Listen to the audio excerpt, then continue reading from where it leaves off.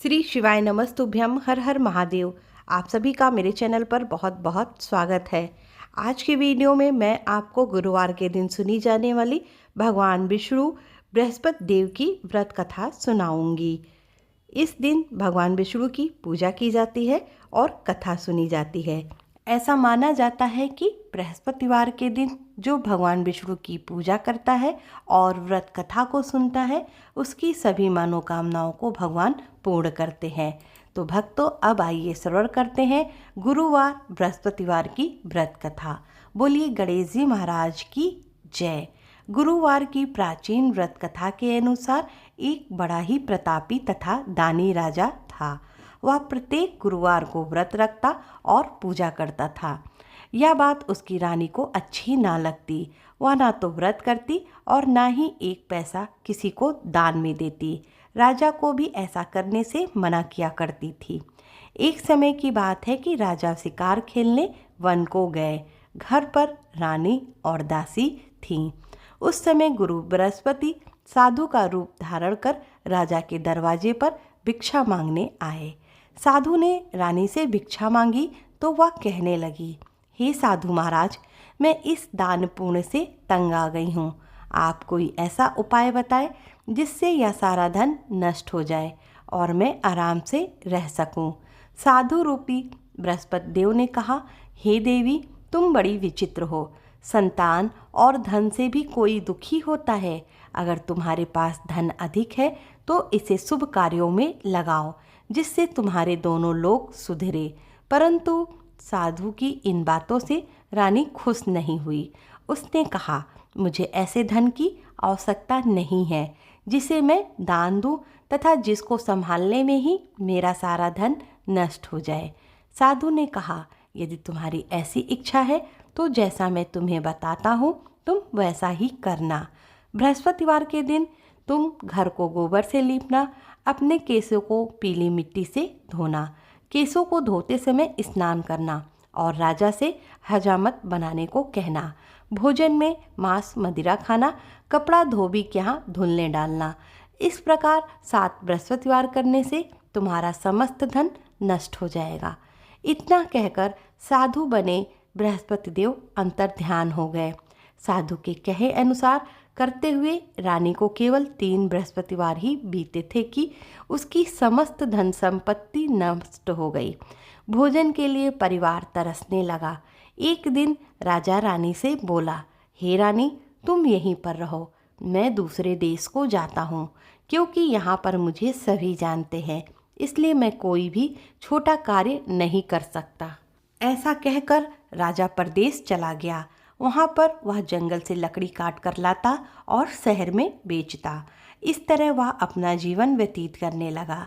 इधर राजा के बिना रानी और दासी दुखी रहने लगी। एक समय जब रानी और दासियों को 7 दिन बिना भोजन के रहना पड़ा तो रानी ने अपनी दासी से कहा, हे दासी, पास के ही नगर में मेरी बहन रहती है। वह बड़ी धनवान है, तो उसके पास जा और कुछ लेकर आ, ताकि थोड़ा बहुत गुजर बसर हो जाए। दासी रानी की बहन के पास गई। उस दिन बृहस्पतिवार था। रानी की बहन उस समय बृहस्पतिवार की कथा सुन रही थी। दासी ने रानी की बहन को अपनी रानी का संदेश दिया, लेकिन रानी की बहन कोई उत्तर नहीं दिया। जब दासी को रानी की बहन से कोई उत्तर नहीं मिला तो वह बहुत दुखी हुई। उसे क्रोध भी आया। दासी ने वापस आकर रानी को सारी बात बता दी। सुनकर रानी ने अपने भाग्य को कोसा। उधर रानी की बहन ने सोचा कि मेरी बहन की दासी आई थी, परंतु मैं उससे नहीं बोली, इससे वह बहुत दुखी हुई होगी। कथा सुनकर और पूजन समाप्त कर वह अपनी बहन के घर गई और कहने लगी, हे बहन, मैं बृहस्पतिवार का व्रत कर रही थी।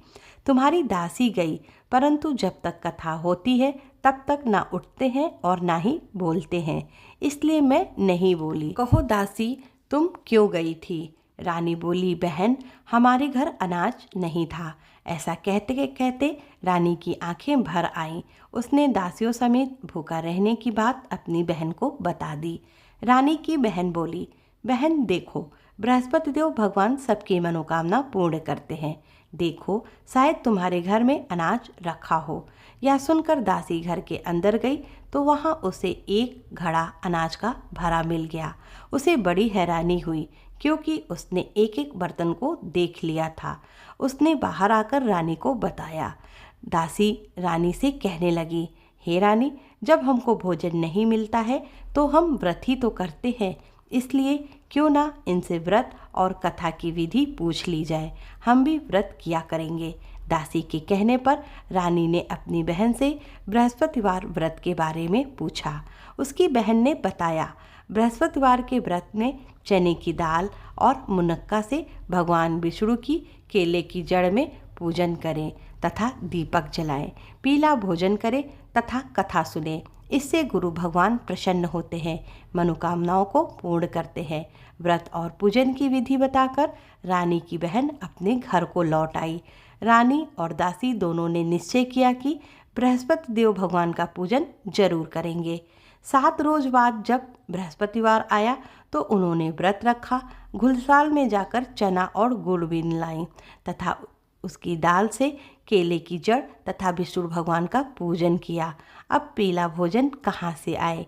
दोनों बहुत दुखी हुई, परंतु उन्होंने व्रत किया था इसलिए बृहस्पति देव भगवान प्रसन्न थे। एक साधारण व्यक्ति के रूप में वे 2 थालों में सुंदर पीला भोजन लेकर आए और दासी को देकर बोले, हे दासी, यह भोजन तुम्हारे लिए और तुम्हारी रानी के लिए है, इसे तुम दोनों ग्रहण करना। दासी भोजन पाकर बहुत प्रसन्न हुई। उसने रानी को सारी बात बताई। उसके बाद से वे प्रत्येक बृहस्पतिवार को गुरु भगवान का व्रत और पूजन करने लगीं।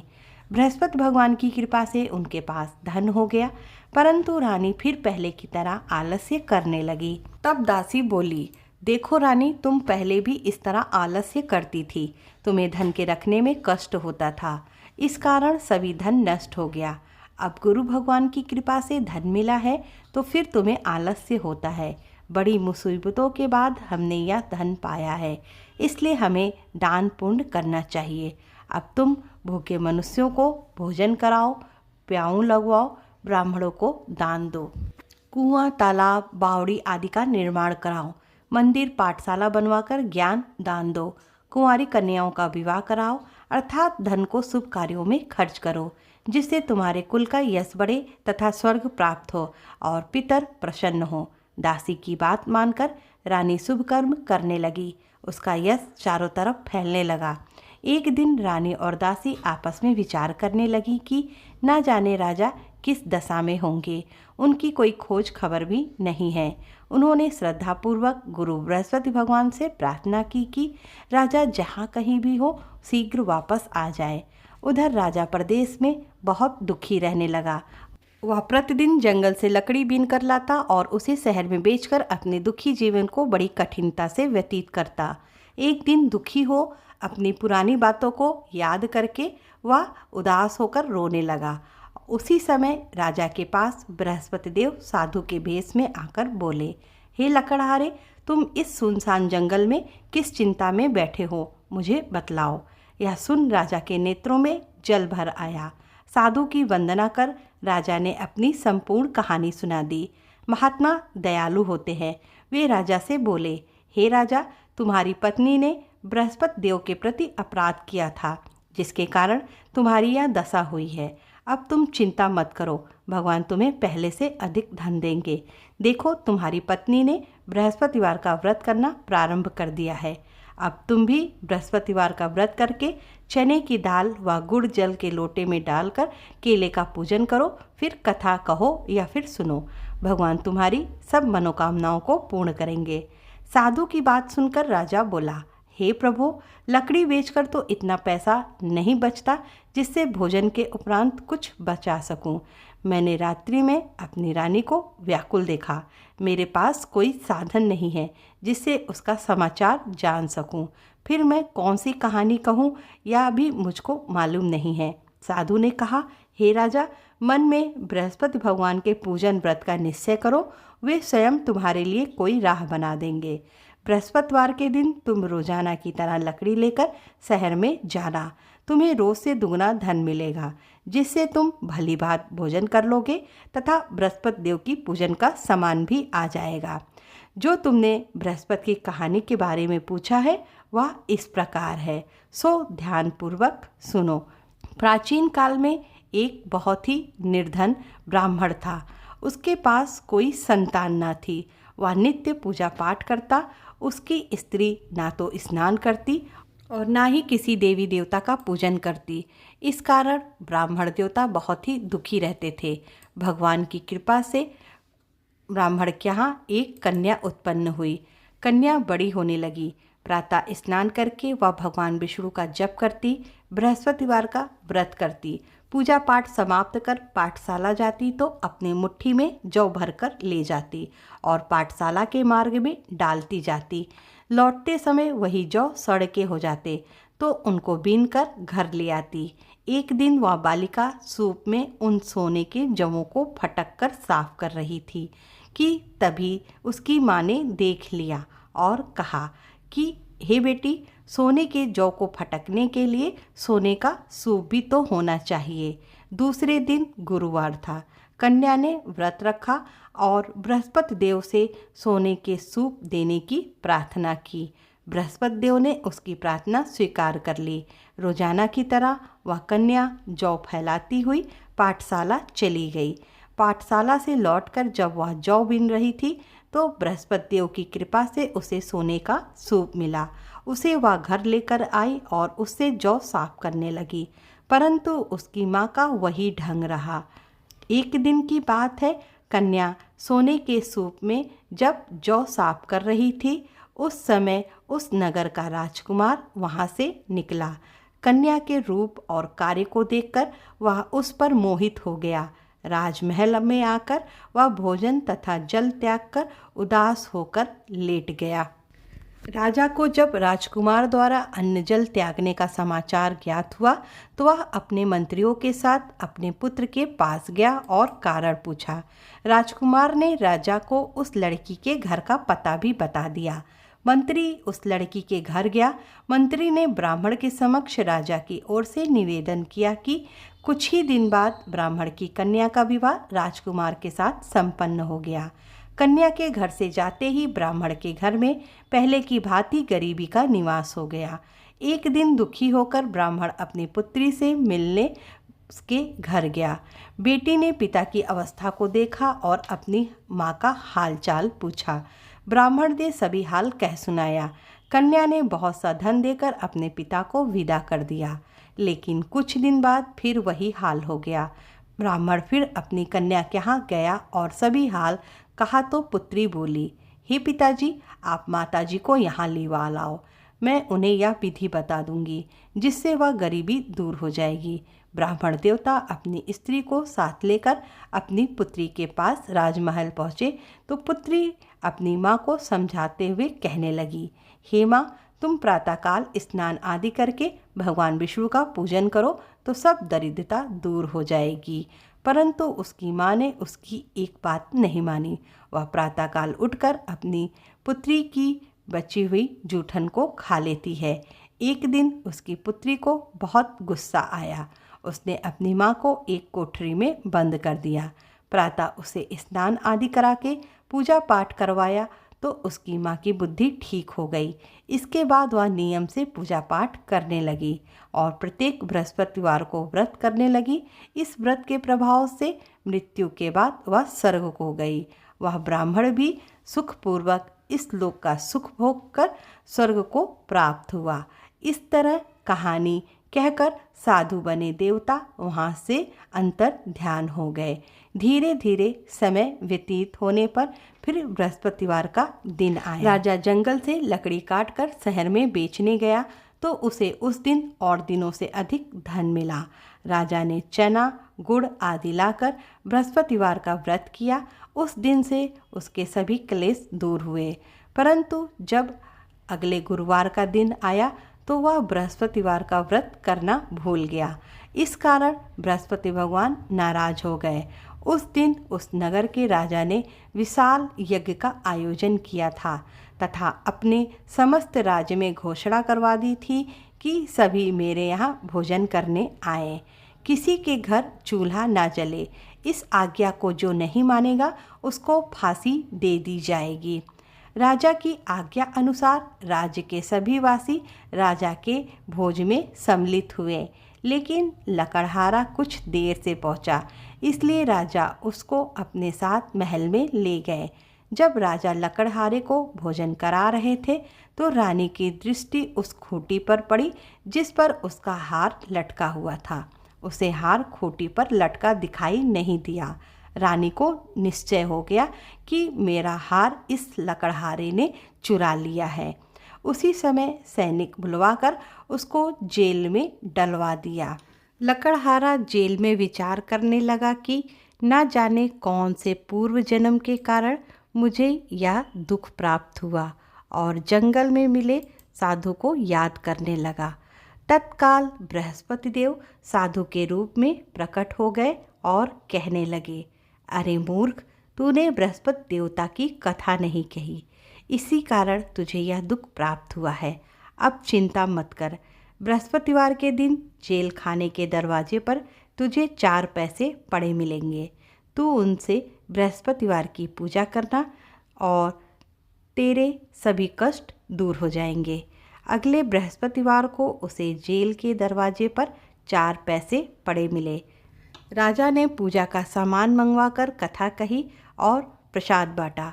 उसी रात्रि में बृहस्पति देव ने उस नगर के राजा को सपने में कहा, हे राजा, तूने जिसे जेल में बंद किया है उसे कल छोड़ देना, वह निर्दोष है। राजा प्रातःकाल उठा और खूंटी पर हार टंगा देखकर लकड़हारे को बुलाकर क्षमा मांगी तथा राजा के योग्य सुंदर वस्त्र आभूषण भेंट कर उसे विदा किया। गुरुदेव की आज्ञा अनुसार राजा अपने नगर को चल दिया। राजा जब नगर के निकट पहुंचा तो उसे बड़ा ही आश्चर्य हुआ। नगर में पहले से अधिक बाग, तालाब और कुएं तथा बहुत सी धर्मशालाएं, मंदिर आदि बने हुए थे। राजा ने पूछा, यह किसका है? तब नगर के सब लोग कहने लगे कि यह सब रानी और दासी द्वारा बनवाए गए हैं। राजा को आश्चर्य हुआ और गुस्सा भी आया कि उसकी अनुपस्थिति में रानी के पास धन कहाँ से आया होगा। जब रानी ने यह खबर सुनी कि राजा आ रहे हैं तो उसने अपनी दासी से कहा, हे दासी, देख, राजा हमको कितनी बुरी हालत में छोड़ गए थे।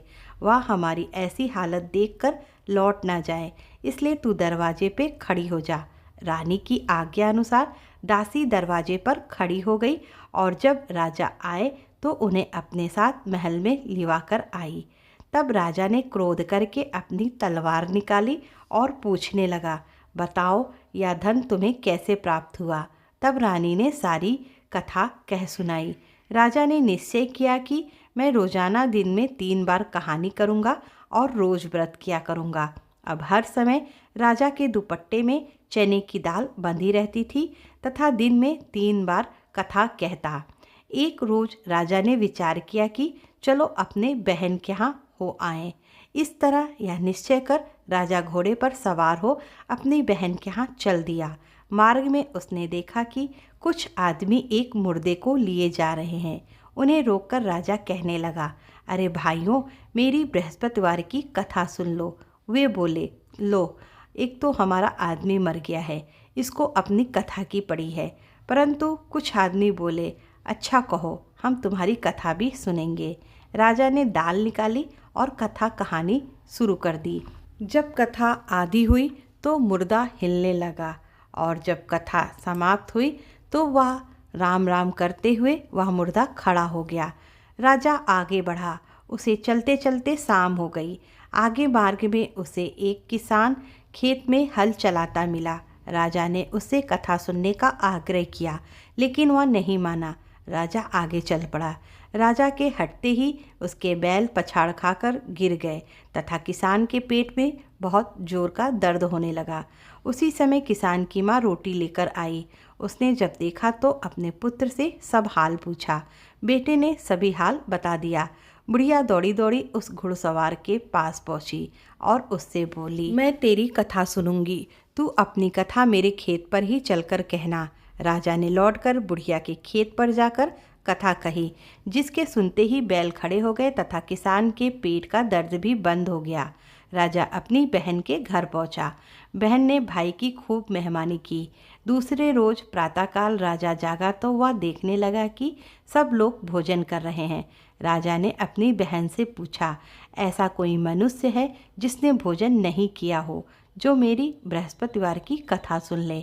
बहन बोली, हे भैया, यह देश ऐसा ही है। यहाँ लोग पहले भोजन करते हैं, बाद में कोई अन्य कार्य करते हैं। फिर वह एक कुम्हार के घर गई जिसका लड़का बीमार था। उसे मालूम हुआ कि उसके यहाँ 3 दिन से किसी ने भोजन नहीं किया है। रानी ने अपने भाई की कथा सुनने के लिए कुम्हार से कहा। वह तैयार हो गया। राजा ने आगे जाकर बृहस्पतिवार की कथा कही, जिसको सुनकर उसका लड़का ठीक हो गया। अब तो राजा की प्रशंसा होने लगी। एक दिन राजा ने अपनी बहन से कहा, हे बहन, मैं अपने घर को जाऊंगा, तुम भी तैयार हो जाओ। राजा की बहन ने अपनी सास से अपने भाई के साथ जाने की आज्ञा मांगी। सास बोली, हाँ चली जा, पर अपने लड़कों को मत ले जाना, क्योंकि तेरे भाई के कोई संतान नहीं है। बहन ने अपने भाई से कहा, हे भैया, मैं तो चलूँगी, मगर कोई बालक नहीं जाएगा। अपनी बहन को भी छोड़कर दुखी मन से राजा अपने नगर को लौट आया। राजा ने रानी से सारी बात बताई और बिना भोजन के वह सैया पर लेट गया। रानी बोली, हे प्रभु, बृहस्पति देव ने हमें सब कुछ दिया है, वे हमें संतान अवश्य देंगे।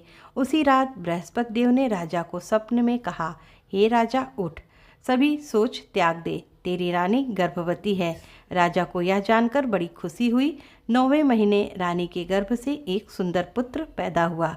तब राजा बोला, हे रानी, स्त्री बिना भोजन के रह सकती है, परंतु बिना कहे नहीं रह सकती। जब मेरी बहन आए तो तुम उससे कुछ मत कहना। रानी ने हाँ कर दी। जब राजा की बहन ने यह शुभ समाचार सुना तो वह बहुत खुश हुई तथा बधाई लेकर अपने भाई के यहाँ आई। रानी ने तब उससे आने का उलाहना दिया।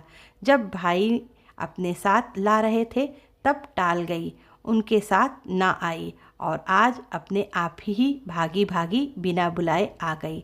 तो राजा की बहन बोली, भाभी, मैं इस प्रकार न कहती तो तुम्हारे घर औलाद कैसे होती। बृहस्पति देव सभी की मनोकामनाएं पूर्ण करते हैं। जो सद्भावना पूर्वक बृहस्पतिवार का व्रत करता है एवं कथा कहता या पढ़ता है या सुनता है या दूसरों को सुनाता है, बृहस्पति देव उसकी सभी मनोकामनाएं पूरी करते हैं, उसकी सदैव रक्षा करते हैं। जो संसार में सद्भावना से गुरुदेव का पूजन एवं व्रत सच्चे हृदय से करते हैं, उनकी सभी मनोकामनाएं वैसे ही पूरी हो जाती हैं जैसी सच्ची भावना से रानी और राजा ने बृहस्पति देव की कथा का गुणगान किया, तो उनकी सभी इच्छाएं बृहस्पति देव ने पूर्ण की। इसलिए सभी को कथा सुनने के बाद प्रसाद लेकर जाना चाहिए और हृदय से उनका मनन करते हुए जयकारा बोलना चाहिए। बोलिए बृहस्पति देव भगवान की जय। बृहस्पतिवार व्रत कथा संपूर्ण। बोलिए विष्णु भगवान की जय। बृहस्पति देव भगवान की